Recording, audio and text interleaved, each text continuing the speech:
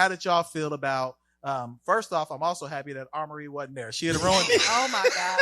But the camera on her. Let me tell y'all, she'd have ruined it. They ain't real. She'd have ruined it. That LP called Silk, but nobody thought to call I did not call you. He I did definitely not did not call you.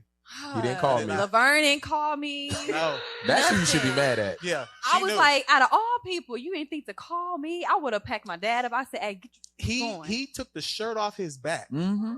and gave it to her. Yep. Man, see, I'm still you mad. ain't real. You know what I'm saying? Like, I you thought did. we were supposed to be in this together. And I told her in real time, I said, hey, maybe you should think about Amari and see if you can get something for Amari. She said no. I heard him say that. I asked. I said, what should you do for Amari? And she said, I'm not doing nothing for her. You gotta, hey, your best ability is availability. I've heard her say that several times. Man, so what happened? Why weren't you here for the Marlon Wayans interview? I'm not gonna lie, I was petrified for one that I wasn't here, and I was taking care of my dad.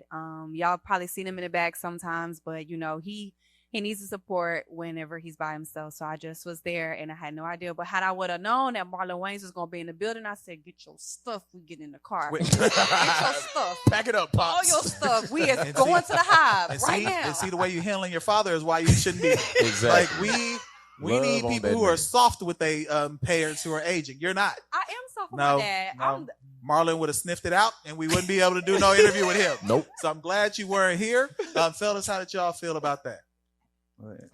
Man, me and Phil were, in the moment, it's like, oh, okay, Marlon Wayans is here, we here, we seeing greatness in present form. And it's just like when Phil and I sat back afterwards and we were talking, it kind of dawned on me like, yo, we really sitting here with like black royalty. Like the Wayans family is a cultural staple from my early development.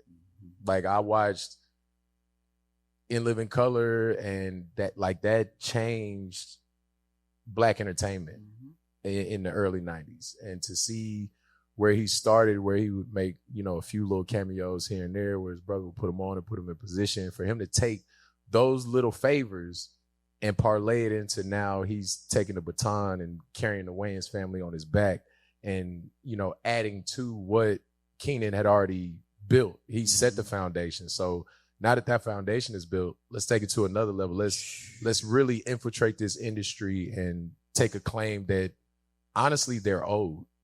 Like they've worked for all of what he's brought into fruition now, him and his brother. Man, for me, it was like it was almost surreal. You see this man on TV all the time. My little brother called me and he was like, man, we used to watch the Wayans brothers every morning. And I started to just think about it. Even after me and you had the conversation, I was like, damn, this man was in More Money. This man was in Six Man. Just all the movies that he was in.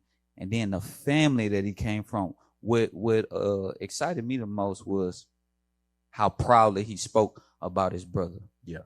You know what I'm saying? When you even mentioned his name, Keenan, he was like, man, and that's something that, that touched me because I have a lot of brothers. We kind of like the Wayans family. There's a lot of us. But just sitting down and talking to him, you can tell that he comes from a family where comedy is everything. Because everything is funny to him.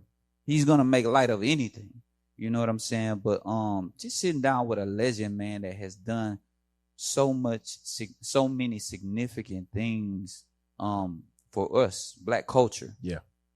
Shit was amazing, bro.